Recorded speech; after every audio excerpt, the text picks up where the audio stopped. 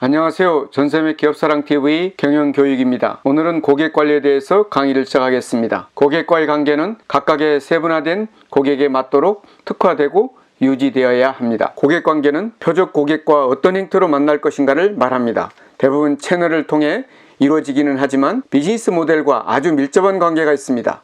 고객관계를 설계하고 관리하는 목표는 회사가 제공하는 제품이나 서비스의 특징과 이용 고객의 특징을 잘 결합해 고객 경험을 극대화하는 것입니다. 고객 입장에서 생각하는 기업이 성공합니다. 시장 점유율을 따지던 시대는 지났습니다. 이제는 고객 점유율이 중요합니다. 고객은 기업 최대의 자산입니다. 최악의 기업과 최고의 기업은 고객 관리에서 나누어집니다. 기업이 얼마나 고객의 마음을 이해하고 고객과 좋은 관계를 유지하기 위해 노력하는지에 따라 매출이 달라집니다. 사업의 본질은 고객의 마음을 읽는 것인데 고객이 한꺼번에 크게 반응하는 경우는 많지 않습니다. 대부분 얼리 어댑터인 소수의 고객이 먼저 반응을 보이고 시간이 지나면 대중들이 관심을 보이는 구조입니다. 기업이 소수의 고객에 먼저 보인 작은 성공들을 무시해버린다면 이후에 다가올 큰 성공의 기회를 차버리는 결과를 가져올 것입니다. 따라서 기업은 작은 성공에 귀를 기울이는 자세가 매우 중요합니다. 먼저 작은 성공을 감지할 수 있는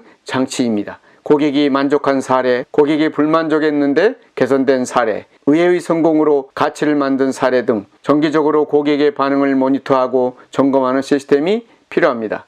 보통 일반적인 고객은 고객 불만을 관리하는 고객관리 부서를 소홀히 하는 경우가 많은데 혁신을 중시하는 기업은 고객관리 부서를 CEO 직속으로 두고 수시로 고객의 반응을 읽고 고객과 소통합니다. 지금 당장 매출을 일으키지 못한 잠재 고객이라고 해서 더는 신경 쓰지 않는다면 그것만큼 어리석은 일입니다. 일단 매장을 찾아온 사람이라고 한다면 상품에 대한 의심과 경계의 문을 활짝 열었던 사람이므로 그 마음의 문이 닫히지 않도록 세심하게 유지하고 조만간 다시 찾아와 매출을 발생시킬 수 있도록 관리하는 사후 조치가 필요합니다. 회사에서는 중요하게 인식하고 있는 CRM, 대고객관리 활동이 바로 그것입니다. 대고객관리를 의미하는 CRM의 개념을 조금 더 넓은 시각으로 바라보는 것이 좋은데 제품과 서비스를 구매하는 고객들을 어떻게 관리하고 대할 것인가의 문제만큼이나 중요한 것이 바로 자사 직원들입니다. 이들 역시 우리의 제품을 구매하고 사용하는 고객이기도 하고 자사의 기업 문화에 동감하고 사명에 동참해야 하는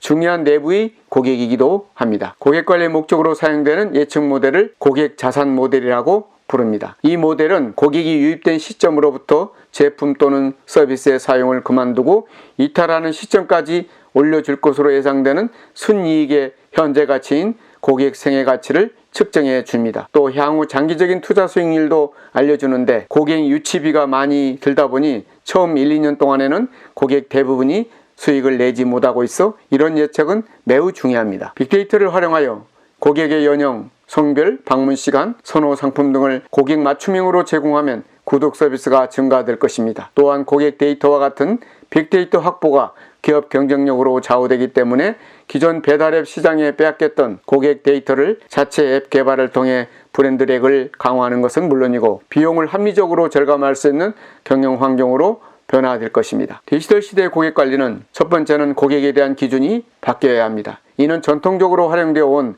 고객 선택과 관계 구축 및 고객 유지의 기준이 새로운 기준으로 바뀌어야 합니다. 기업과 고객이 소통하는 모든 과정에 고객을 참여시키기, 고객이 고객에게 영향을 발휘할 수 있도록 하는 단순한 구매자로서의 고객에서 브랜드와 제품의 충성도를 갖는 고객으로 기업이 고객에게 가치를 제공하고 동시에 고객도 기업의 가치를 제공하는 관계로 제품이 아니라 고객 가치 중심의 비즈니스로 바뀌어야 합니다. 이제 고객은 기업의 영업과 마케팅의 객체에서 주체로 바뀌고 있습니다. 또한 고객들은 인구 통계학적인 분류보다는 사회에서 누구와 무엇을 함께 경험하고 소통하는가를 중심으로 구분을 해 영업 마케팅 전략을 수행해야 합니다. 즉 고객들이 경험하는 가치를 중심으로 고객을 분류해야 합니다. 이와 같은 가치와 경험을 추구하는 고객들은 시간과 공간, 나이, 직업, 사회적인 위치 등을 벗어나 디지털 네트워크에서 소통하고 영향력을 주고받기 때문입니다. 인스타그램, 페이스북, 블로그, 카페, 유튜브 등에서 친구 맺기를 하고 상호간 메시지를 주고받는 기준이 인구 통계학적인 구분보다는 경험과 가치 중심으로 바뀌고 있습니다. 이러한 변화는 고객들의 구매 패턴을 기존의 마케팅 채널과 소통 방식에서 벗어나도록 하고 있습니다. 특히 앞으로 AR, VR, 홀로그램 등이 비즈니스, 특히 영업과 마케팅에 본격적으로 적용된다면 시간과 지역의 한계가 사라지고 성별, 인종, 나이, 직업, 경력 등의 구분이 없이 같은 가치를 경험하는 사람들이 같은 공간에서 존재하는 하나의 시장이나 고객 집단이 형성될 것입니다. 이렇게 된다면 기업의 영업 마케팅 시장과 고객이 새롭게 형성될 것입니다. 고객 관리를 어떻게 해야 할까? 첫째, 고객 관리 목표와 계획을 세워라 합니다. 주간 목표란에 고객 관리 항목을 마련하고 그곳에 당신이 할 수 있는 고객 관리 목표를 적어 놓아야 합니다. 예를 들어 일주일에 기존 고객 7명 만나기, 주 1회 모든 고객에게 문자, 메시지나 이메일 보내기 같은 실천 목표를